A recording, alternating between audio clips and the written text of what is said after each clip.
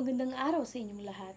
Ako po si Kristalan Kuyuka at sa bidyong ito, aking ibabahagi ang isang napakahalagang paksa, ang adbokasiyang pangwika. Ang wika ay higit pa sa mga salitang binibigkas natin araw-araw. Ito ang ating pagkakakilanlan, ating kultura at ating puso bilang mga Pilipino. Sa panahon ngayon na maraming banyagang wika ang umuusbong, kailangang palakasin natin ang panawagan na mahalin at gamitin ang ating sariling wika, ang wikang Filipino. Tara, samahan ninyo ako sa pagtalakay ng kahalagahan ng adbokasiyang pangwika.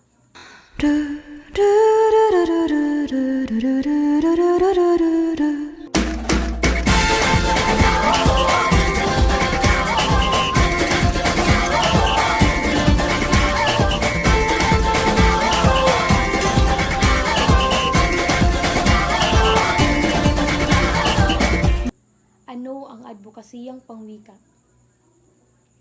Ang adbokasiyang pangwika ay isang paninindigan o kampanya na naglalayong itaguyod, paunlarin at ipagmalaki ang wikang Filipino at iba pang katutubong wika sa ating bansa.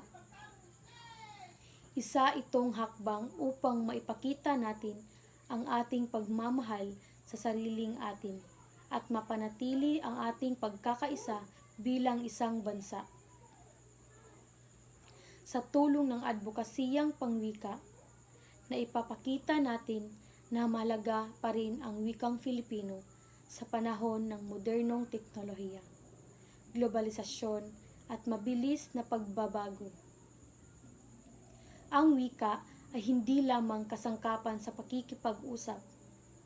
Ito ay tulay ng pagkakaunawaan at pagkakaisa ng mga Pilipino. Kahalagahan ng adbokasiyang pangwika. Napakahalaga ng adbokasiyang pangwika dahil dito nakasalalay ang ating kultura at pagkakakilanlan. Sa wikang Filipino, na ipapahayag natin ang ating saloobin at damdamin ng mas totoo at mas malalim. Sa tulong ng ating wika, nagkakaintindihan tayo kahit iba-iba ang ating pinagmulan, relihiyon o paniniwala. Isipin natin kung wala ang ating wika, paano natin mauunawaan ang mga tula ni Balagtas, ang mga akda ni Rizal, o ang mga awit ng ating mga ninuno. Ang wika ang nag-uugnay sa atin bilang isang bayan.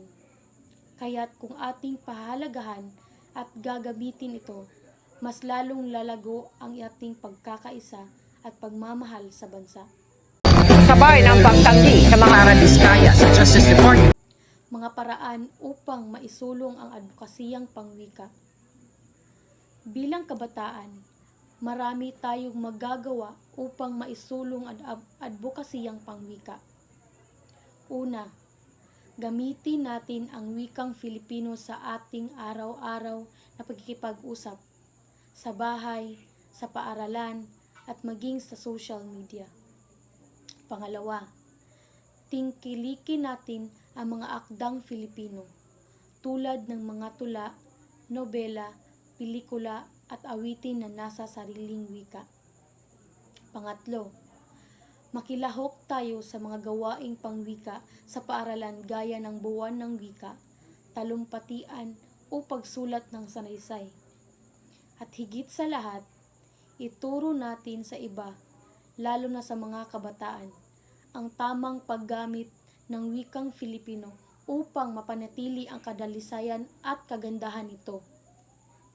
Sa ganitong paraan, hindi lamang tayo gumagamit ng wika, kundi tayo rin ay nagiging tagapagtanggol nito. Ang hamon sa makabagong panahon. Sa panahon ng globalisasyon, maraming kabataan ang mas komportable ng magsalita sa wikang banyaga tulad ng Ingles, Korean o Japanese.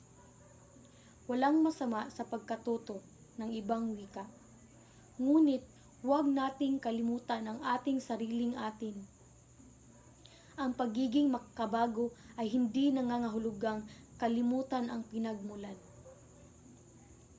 Sa halip, gamitin natin ang wikang Filipino bilang kasangkapan sa pakikipagsabayan sa mundo, sa agham, teknolohiya, sining, at edukasyon. Ang wikang Filipino ay may kakayahang umunlad at makasabay sa pagbabago ng panahon. Tandaan, ang paggalang at pagmamahal sa sariling wika ay tanda ng tunay na pagmamahal sa bayan.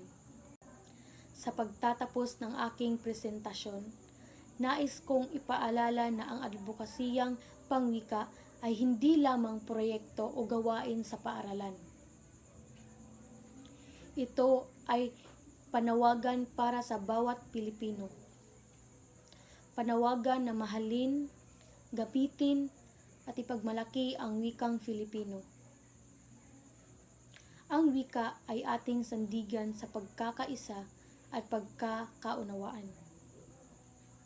Kaya sa bawat salita ng nating binibigkas, bawat mensahe ating pinapahayag, at bawat tula o awiting ating nililikha, ipakita natin ang ganda at yaman ng ating sariling wika.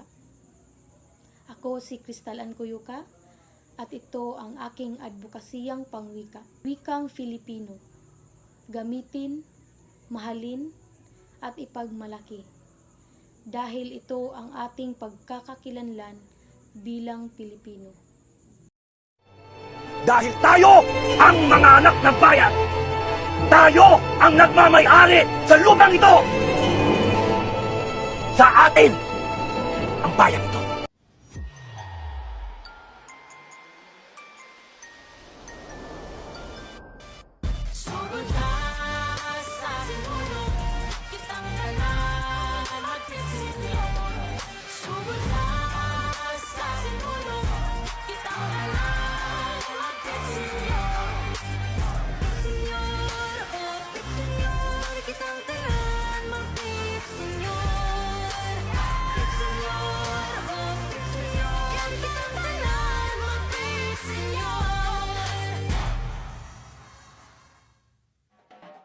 Señor.